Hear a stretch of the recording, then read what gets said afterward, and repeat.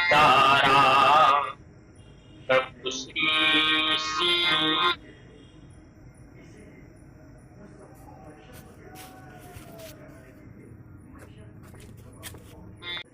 प्रसंग है समर्थ को नहीं दोष गोसाई रवि पावन सुचरी। प्रस्तुत प्रसंग बालकांड के अंतर्गत पार्वती जी के जन्म के समय की है। श्री तुलसीदास जी संकेत करते हैं जैसे ही पार्वती जी हिमाचल के यहाँ जन्म लेती है, मैना और हिमाचल के यहाँ, और यह समाचार नारद जी को प्राप्त होती है, तब नारद जी कौतूहलवश हिमाचल के यहाँ पहुंच जाते हैं। तुलसीदास जी लिखते हैं, नारद समान चार जब आए कौतुक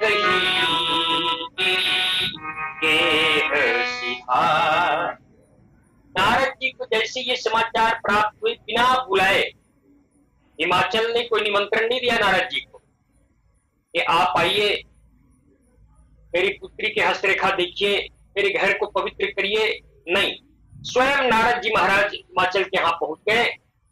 इसका अर्थ क्या है?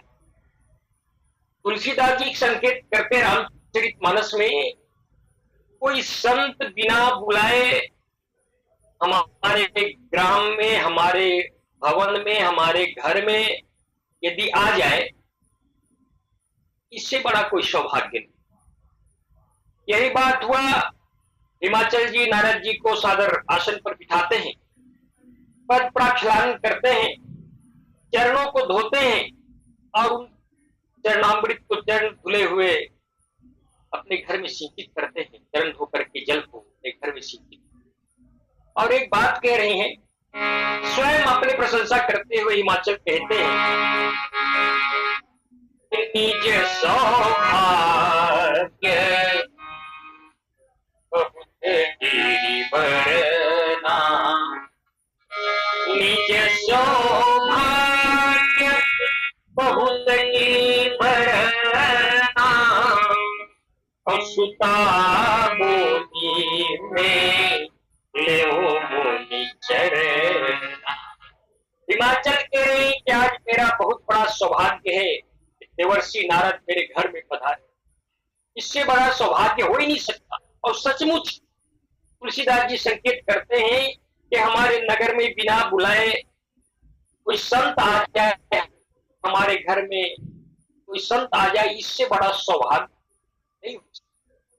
और दूसरी तरफ बसे बुसाए कोई संत हमारे नगर में बसा हो, हमारे घर में बसा हो, तो संत का आगमन यदि सौभाग्य है, तो बसे बुसाए संत का निर्गमन, हमारे नगर से बाहर चले जाना, यही तो दुर्भाग्य। और यह संकेत रामचरितमानस में मिलता है। लंका धू धू करके जल गई, तुलसीदास जी ने रावण को अभागा नहीं। मेघनाद के समान प्यारा बाग अशोक वाटिका उजड़ गया, तुलसीदास जी ने रावण को अभागा नहीं कहा। अनेक राक्षस मारे गए, यहां तक उनके पुत्र अक्षय कुमार भी मारा गया, लेकिन रावण को अभागा तुलसीदास जी ने नहीं। तब तुलसीदास जी ने रावण को अभागा कब कहा? तब कहा जब बसे बुसाए संत विभीषण जो है लंका को छोड़कर राम जी की तरफ जाने लगे, तब उन्हें कहने पड़ा, रावण जब ही विभीषण त्यागा, रावण जब ही विभीषण त्यागा, भयं विभो विनुतम अभागा, भयं विभो विनुतम अभागा। रावण ने जब विभीषण का त्याग किया और विभीषण ने जब लंका का त्याग किया, तो तुलसीदास जी को लिखना पड़ा कि ये अब अभागा है। आज इतना बड़ा सौभाग्य है कि नारद जी जैसे संत आज हिमाचल के यहाँ पार्वती के जन्म के समय पधारे हुए हैं। हिमाचल ने कहा कि महाराज आप तो त्रिकालज्ञ हैं, सर्वज्ञ हैं और गति सर्वत्र तुम्हारे। और वास्तव में नारद जी की गति सर्वत्र है। ये कभी देवताओं के यहाँ चले जाते हैं, कभी ये दानवों के यहाँ चले जाते हैं। इनका सम्मान निशाचर लोग भी करते हैं, देवता लोग भी करते हैं, यहाँ तक कि इनके सम्मान त्रिदेव भी करते हैं। नारद जी का सम्मान स्वयं भगवान शंकर करते हैं, भगवान विष्णु करते हैं, ब्रह्मा जी करते हैं, सर्वत्र था। नारद जी से लोग डरते हैं। एक हमारे बोलचाल भाषा में जो व्यक्ति इधर के बात को उधर कर दे, उधर के बात को इधर कर दे, उसको हम व्यवहारिक रूप से नारद की संज्ञा देते हैं। ये नारद है। तो देवता और दानव दोनों नारद जी से भय खाते हैं कहीं इधर के बात को उधर ना कर दे। तो आज हिमाचल ने कहा कि त्रिकालज्ञ सर्वज्ञ तुम, गति सर्वत्र तुम्हारी। तो महाराज इसलिए कहूं सुता के दोष गुण मुनिवर हृदय में विचार करें। मेरी पुत्री पार्वती के गुण दोष ये बताइए। अब देखिए, नारद जी एक बार विष्णुमोहिनी के भी हस्तरेखा देख चुके और यहाँ पार्वती के भी हस्तरेखा नारद जी देख रहे हैं। कहा कि हिमाचल आपकी पुत्री के बारे में क्या कहना है? ये तो सर्वगुण संपन्न है। इनके नाम लेने से व्यक्ति को अर्थ धर्म काम मोक्ष की प्राप्ति हो जाएगा। इनके नाम लेने से नारियां पतिव्रत रूपी तलवार की धार पर चलने के लिए सक्षम हो जाएंगे। ये सब हर प्रकार से तुम्हारी पुत्री जो है ये सर्वगुण संपन्न है। लेकिन इनको जो पति मिलेगा उनके बारे में उन्होंने कह दिया।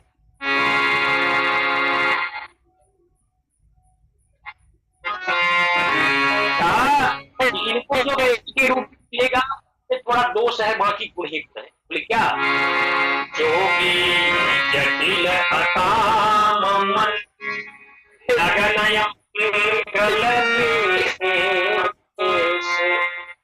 अस स्वामी इन कहाँ मिलई परी मस्त अवसरे। कहा योगी इन्हें पति के रूप में प्राप्त होगा, जटाधारी होगा और निष्काम होगा। काम में उनका मन नहीं लगेगा, वहां तक के वो नग्न वेश में होंगे। ऐसे स्वामी देखिए रहा था कि नारद जी एक बार विष्णुमोहिनी के, लेकिन वहां पर हस्तरेखा देखने के बाद फलादेश में थोड़ा गड़बड़ कर बैठे। आजकल भी बहुत जोशी लोग घूमते हैं, दो चार ऐसे वाक्य रटे होते हैं, लोगों को ये लगता है कि महाराज जी जो है वो सही बोल रहे हैं, बिल्कुल सत्य बोल रहे हैं। एक बात वो ये कहेंगे कि आप सबके भलाई चाहते हैं, लेकिन आपके भलाई चाहने वाला इस संसार में कोई नहीं है। हर व्यक्ति को ये लगता है कि मैं सबकी भला चाहता हूं और मेरी भलाई चाहने वाला कोई नहीं।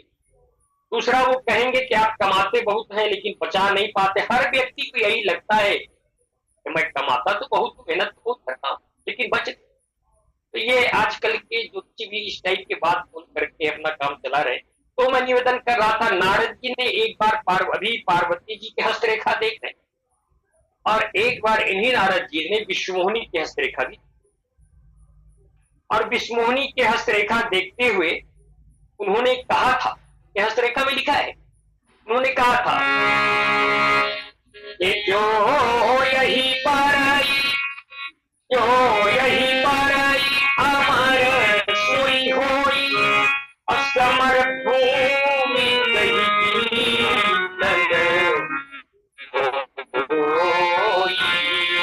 समर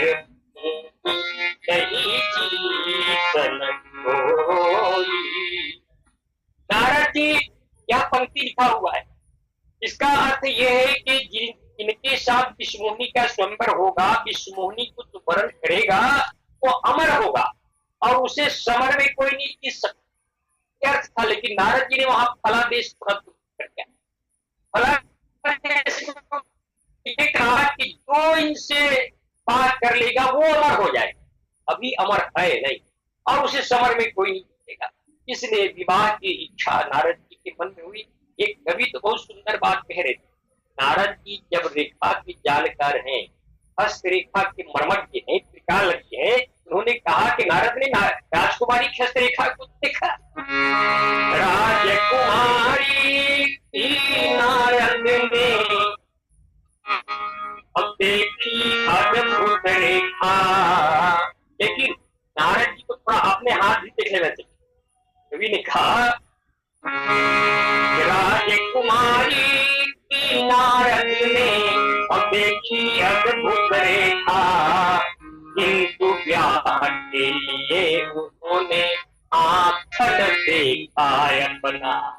अपना हाथ यदि देख लिया होता, किंतु विवाह के लिए उन्होंने हाथ अपना देखा, अपना हाथ देखा होता तो नारद जी को पता होता भाई मेरे रेखा में किसी विवाह लिखा ही नहीं है, समझ जाते। मैं निवेदन कर रहा था कि पार्वती के बारे में ये बताया गया कि जो की जटिल अट्टाम मन नगन अमंगल वेश अस स्वामी ने कहा। अब देखिए रामचरितमानस की विशेषता जो है, इतना अद्भुत ग्रंथ है रामचरितमानस, मैं क्या कहूं, मैं तो हमेशा कहा इसमें विलक्षणता भरी हुई है। अब इस बात को सुन करके, बात एक ही है, बात नारद जी की है। नारद जी हिमाचल जी से कह रहे हैं कि जोगी जटिल अकाम मन नगन अमंगल वेश अस स्वामी इन कह मिलई बड़ी हस्त हस भेंट। अब इस बात को सुन करके हिमाचल और मैना तो दुखित हो, लेकिन पार्वती प्रसन्न हो गई। बात एक ही है, इस बात को सुन करके दुखी होना है तो सब दुखी होना चाहिए, और सुखी होना है तो सबको सुखी होना चाहिए। लेकिन नारद जी के बात को सुन करके हिमाचल और मैना तो दुखी हो, लेकिन पार्वती जी सुखी हो। देखिए रामचरितमानस इतना विलक्षण ग्रंथ है कि आप क्या बताएं। एक प्रसंग ऐसा आया कि केवट के बात को सुन करके भगवान राम हंस रहे, और उसी बात को सुन करके लक्ष्मण जी क्रोधित हो रहे। ये बात तो सीता जी ने कहा, सुन केवट के बैल प्रेम लपेटे अटपटे, हंसे करुणा है जानकी लखन। केवट के बात को सुन करके अयोध्या कांड में प्रयागराज में भगवान राम हंस रहे, और लक्ष्मण जी धनुष बाण निकाल करके निशाना साध रहे हैं केवट। केवट ने देखा लक्ष्मण जी आप मुझे डराना चाहते, तुलसीदास जी संकेत किया। केवट कह रहा है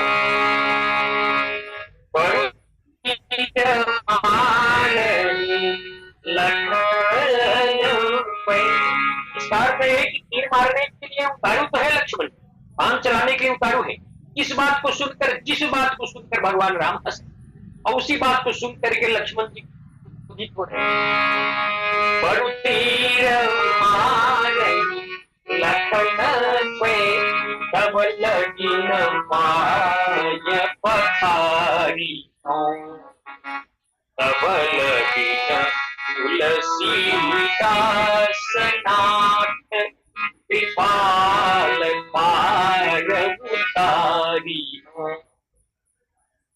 अच्छा, प्रश्न ये उठता है, केवट के बात को सुनकर भगवान श्री राम हंस रहे, और उसी केवट के बात को सुन करके लक्ष्मण जी क्रोधित। ऐसा क्यों? लक्ष्मण जी इसलिए क्रोधित हो रहे हैं कि अंदर की बात को लक्ष्मण जी नहीं जान रहे, और भगवान राम कुछ दूसरी बात सोच रहे। यही बात जो केवट कह रहा है, यही बात तो जनकपुर में भी आ गई। जब जयमाला प्रसंग के समय सखियों ने सीता जी से कहा कि जयमाला पहनाओ और राम जी के चरण स्पर्श करो, प्रणाम करो, तब वहां पर एक पंक्ति आई, गौतम दिय गति सुरति करी और नहीं पर सती पग मान, मन हसे रघुवंश मणि कीर्ति अलौकिक जा। गौतम की नारी अहिल्या की गति को स्मरण करके श्री सीता जी राम जी के चरण स्पर्श नहीं कर रही और राम जी मन ही मन मुस्कुरा रहे हैं। इसलिए मन ही मन मुस्कुरा रहे हैं कि जनक ससुराल का मामला है, बड़े बड़े राजा धुरंधर लोग बैठे हैं, श्रेष्ठ मुनिगण बैठे हैं, कैसे ठहाका मार के हंस। लेकिन यहाँ केवट ने उसी बात को याद दिला दिया।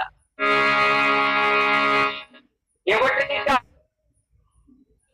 सुवत शिला भई नारी सुहाई पाहन देन काठ कठिनाई। भगवान श्री राम को उसी घटना की याद केवट ने दिला दिया और अन्य ग्रंथों में तो यहाँ तक लिखा गया भगवान श्री राम ने ठहाका मार के हा हा करते हुए और उसी बात को लक्ष्य क्योंकि राम जी दूसरा सुन। एक दृष्टांतकार ने बहुत सुंदर बात, मैं कभी कभी इस दृष्टांत का प्रयोग आप लोगों को किया हूं। बस में एक व्यक्ति चढ़ा और अधिकांश लोग में बैठे हुए थे और बस में चढ़ते हुए उस व्यक्ति के फोन में कॉल आया, मोबाइल में कॉल आया और कह रहा था, इधर से ये व्यक्ति कह रहा था कि तुम भुजाओं को काट कर रखना और मैं जब आऊंगा तो सिर को काटूंगा। बस में बैठे हुए सभी व्यक्ति ने ड्राइवर से कहा कि जल्दी जितना जल्दी हो सके बस रोको, हमको उतरना है, खतरनाक आदमी बस में बैठ गया है, ये भुजा काटने की बात, सिर काटने की बात कर रहा है। कर गए, एक व्यक्ति बैठा, आपको डर नहीं लगा? ये तो व्यक्ति अभी चढ़ा है, वो सिर काटने और हाथ काटने की बात करता है। कहा काहे का डर? मुझे मालूम है ये हमारे गांव का दर्जी है और ये कोट सीता है, तो अपने सहयोगी को कह रहा है, हेल्पर को कह रहा है कि तुम कोट के बांह को काट करके भुजा को काट के रखना, गला तुमसे बिगड़ जाएगा, कोट के गला को मैं आऊंगा तो काट। तो जो रहस्य जान रहा है अलग बात। तो यहाँ पर जो नारद जी ने कहा योगी जटिल अकाम मन नगनय मंगल अस स्वामी इन कह मिलई बड़ी हस्त हसरे। इस बात को सुनकर तुलसीदास जी कहते हैं सुनी बोली दिया सत्य दिया जानी, सुनी बोली दिया सत्य दिया जानी और दुख दंपति कुमार। तो आज माता पिता को हो रहा है, हिमाचल और पार्वती मैया, मैना मैया दुखी है, पार्वती की प्रसन्न है क्योंकि जान रही है जो लक्षण नारद जी बता रहे हैं वो लक्षण भगवान शंकर के हैं। और ये तो वही था, सती रूप में मरते समय भी मैंने यही चाहा है कि जन्म जन्म शिव पद अनुरागा। यहाँ भी वहां भी कहा सती मरत हरिशन बरमाता, सती मरत हरिशन बरमाता, जन्म जन्म शिव पद अनुरागा, जन्म जन्म शिव पद अनुरागा। जन्म जन्मांतर तक शिव के चरणों के अनुराग हो तो माताएं दुखी हो गई कि हमारे पति को ये जगह वाले मिलेगा, संत महात्मा मिलेगा, सहज एकाकी के भवन कबो नारी खटाए, अकेला रहेगा और भीख मांगी भाव खाए और घर में भी कुछ संपत्ति। तो नारद जी ने समझाया कि देखो मैं ना, संसार में कुछ ऐसे श्रेष्ठ व्यक्ति हैं, ऐसे श्रेष्ठ लोग हैं जिन्हें कोई व्यक्ति मंद नहीं। और उन्होंने समझाते हुए कहा कि समर्थ को नहीं दोष, समर्थ को नहीं दोष गोसाई, रवि पावक सुर समर्थवान को कोई दोष नहीं लगता है, जैसे सूर्य, जैसे अग्नि, जैसे गंगा। क्या कहें, जो यही सेज शयन हरि करई, भगवान विष्णु सर्पों के सेज पर विश्राम करते हैं। कोई भगवान विष्णु को मंद कहते हैं क्या, दोष देते हैं क्या? क्या है आप सर्पों पर सोते हैं, इतना सुंदर मखमल के गद्दा पर आप सो सकते हैं, दूध के फन के जैसे सेज पर आप विश्राम कर सकते हैं, सर्प पर क्यों सोते? आप नहीं कह सकते। भानु किसानु सरवरस आई, कितने भी संसार में जमीन पर जो भी पड़ा है, गंदगी पड़ा हो, अच्छा पड़ा हो, सब पड़ा हो, सबको शोषित करने का काम सूर्य करता है। अग्नि में किसी भी चीज को डाल दो, वो जला देता है। और इन कहा मंद कहा नहीं, इन्हें कोई मन शुभ और अशुभ सलिल सब बही। अच्छा, गंगा में देखिए, क्या हिमालय से निकलने वाले, गंगोत्री से निकलने वाले जल ही बहता है क्या? उसमें कारखानों का जो जल है वो भी जा रहा है, गटर का जल जा रहा है, नाली का जल जा रहा है, लेकिन कोई भी व्यक्ति क्या अपवित्र कह दें? गंगा अपवित्र है कह सकते हैं? क्यों? इस समर्थ को नहीं।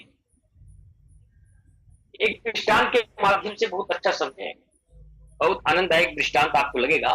लौकिक पक्ष, थोड़ा कल्पना आप करिए कि हमारे लिए कोई एक गिलास पानी पीने के लिए लाए और उसमें कहीं मक्खी पड़ जाए तो हम क्या करें? उत्तर होगा उस पानी को हम फेंक देंगे और दूसरी पानी मंगाएंगे। लेकिन ईमानदारी से आप बताइए, 1 किलो गाय का शुद्ध घी हो और उसमें कहीं मक्खी पड़ जाए, क्या हम घी को फेंकेंगे कि मक्खी को निकाल कर फेंकेंगे? तो इसका उत्तर होगा आज 1000 रुपए किलो घी है, कोई भी व्यक्ति घी को नहीं फेंक सकता, मक्खी को निकाल के फेंक देगा और घी का उपयोग करेगा। तो पानी जो है निर्मल है, सस्ती चीज है, इसलिए पानी को फेंका गया, लेकिन 1 किलो गाय के शुद्ध घी को नहीं फेंका गया। इसीलिए तुलसीदास जी संकेत करते हैं नारद जी के माध्यम, समर्थ को नहीं दोष दोषारी, समर्थ को नहीं दोष दोषारी, रवि पावन सुरसरी नाई, रवि पावन सुरसरी नाई, समर्थ को नहीं दोष दोषारी, समर्थ को नहीं दोष दोषारी। अब एक कल्पना करिए, कोई व्यक्ति शराब लेकर के किसी महात्मा के पास आए, संत के पास, मैं संत की बात नहीं कर, संत कहा महाराज जी ये शराब स्वीकार कीजिए। महात्मा कहेगा हम शराब नहीं पीते, बेकार बात करते। कहा महाराज जी पहले सुन तो लीजिए, यह शराब गंगा जल से बना हुआ है और गंगा जल महान पवित्र होता है। कोई महात्मा होगा, चलो गंगा जल से बना हुआ शराब है सस्ते, नहीं सुन। हाँ, कोई दूसरा असंत होगा, वो तो कई गटर के पानी से भी बना हुआ शराब होगा, पीएगा। लेकिन जो संत होगा और व्यक्ति कहेगा कि गंगा जल से निर्मित शराब है, कोई शरारती शराबी व्यक्ति हो और एक बाटल शराब को लेकर के गंगा नदी में, पवित्र गंगा नदी में डाल दे, कोई संत कहेगा क्या कि इसमें किसी ने शराब डाल दिया है, किसी में गंगा जल का पानी? क्यों?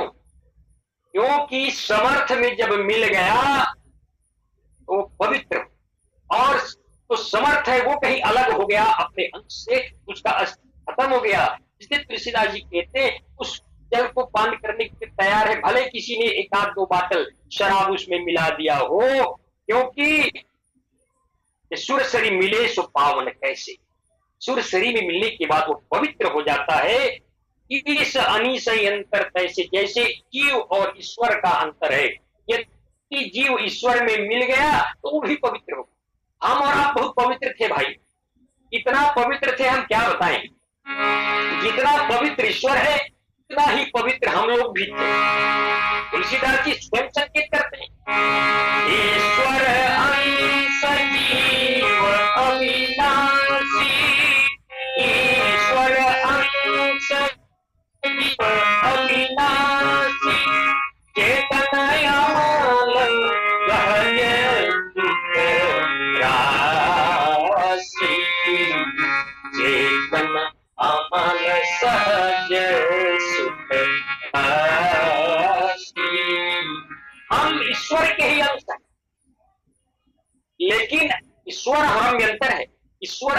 विनाशी है और हम लोग विनाशी हैं, हम लोग मर जाते हैं।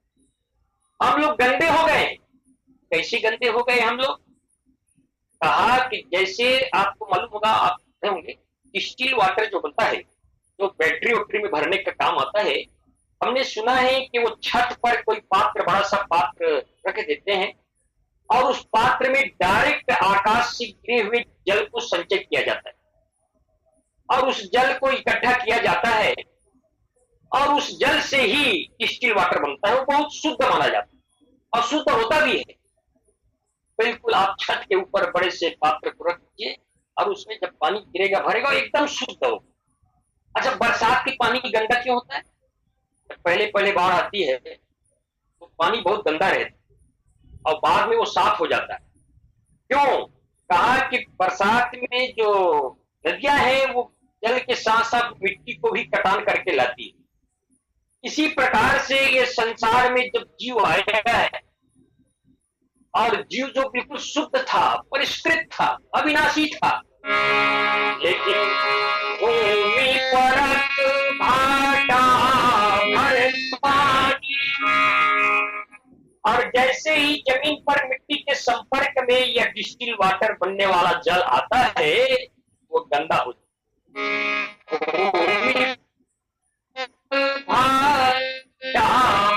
पानी जिमिति वही माया लपटानी,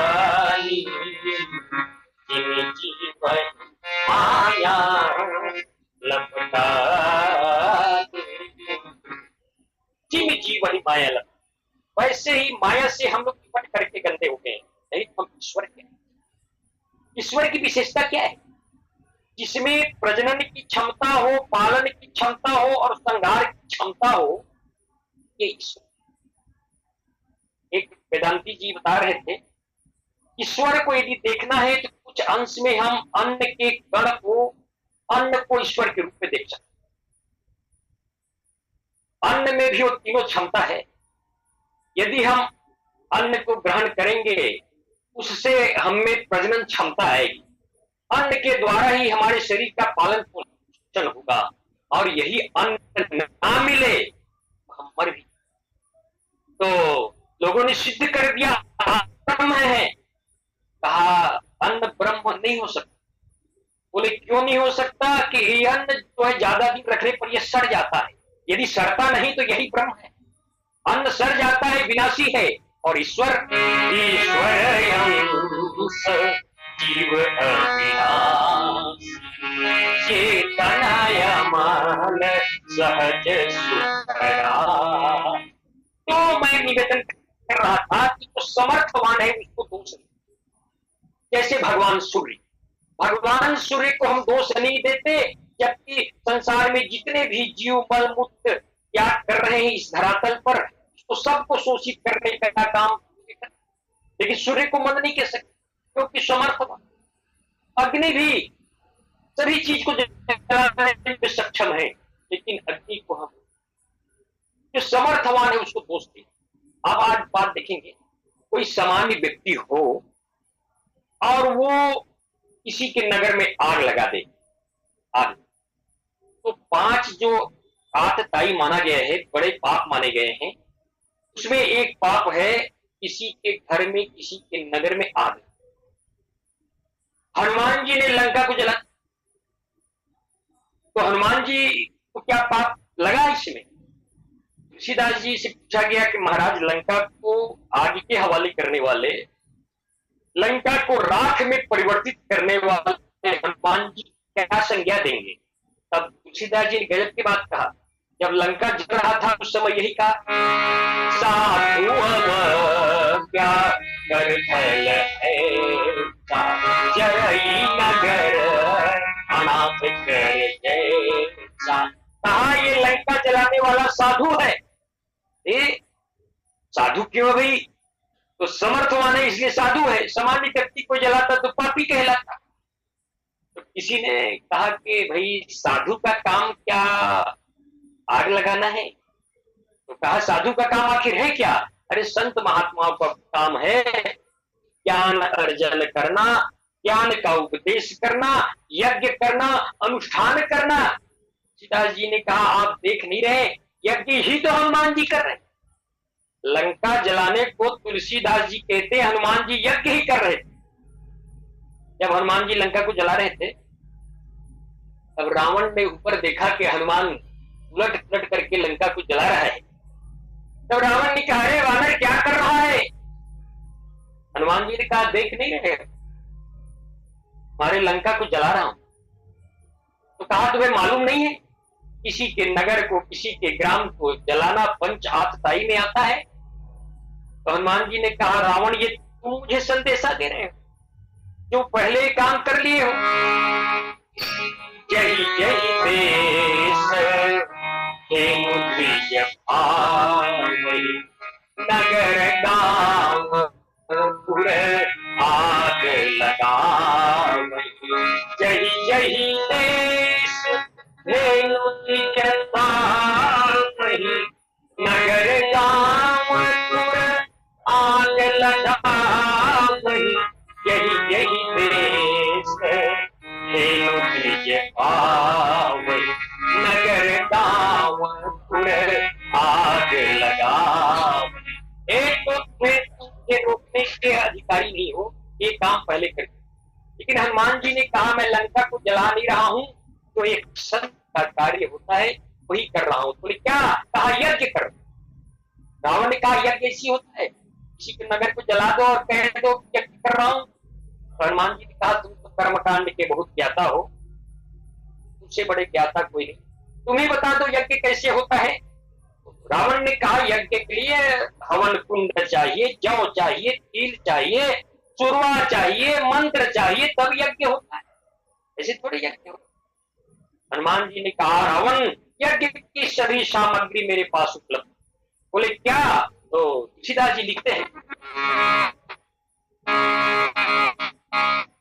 तुलसी लंक जगत कुंड लक्ष्मी जातु धान कुंडी फल तुलसी समीपी सौंद लंक जग कुंड लक्ष्मी और जातु धान कुंडी फल ज्यों तिल धान। कहा तुम्हारे जो राक्षस है ना रावण, यही जौ तिल और धान के काम कर रहे हैं जिसे अग्नि कुंड में डाला जाता है, और तुम्हारे लंका ही यज्ञ कुंड है। तुलसी समीध सौंद लंक जग कुंड लखी जातु धान पूंगी फल जौ तिल धान है। ये तुम्हारे राक्षसों के बच्चे हैं, वो तिली का काम कर रहे हैं, धान का काम कर रहे हैं, और बड़े बड़े राक्षस जो है सुपारी का काम कर रहे हैं। रावण ने कहा अभी अधूरा है तुम्हारे यज्ञ की सामग्री। कहा शुरुआ कहाँ है, मंत्र कहाँ है? हनुमान जी ने कहा जितना बड़े शुरुआ का प्रयोग मैं कर रहा हूं, आज तक इतिहास में कोई इतने बड़े शुरुआ का उपयोग नहीं किया होगा। बोले कहाँ है? तो शुरुआ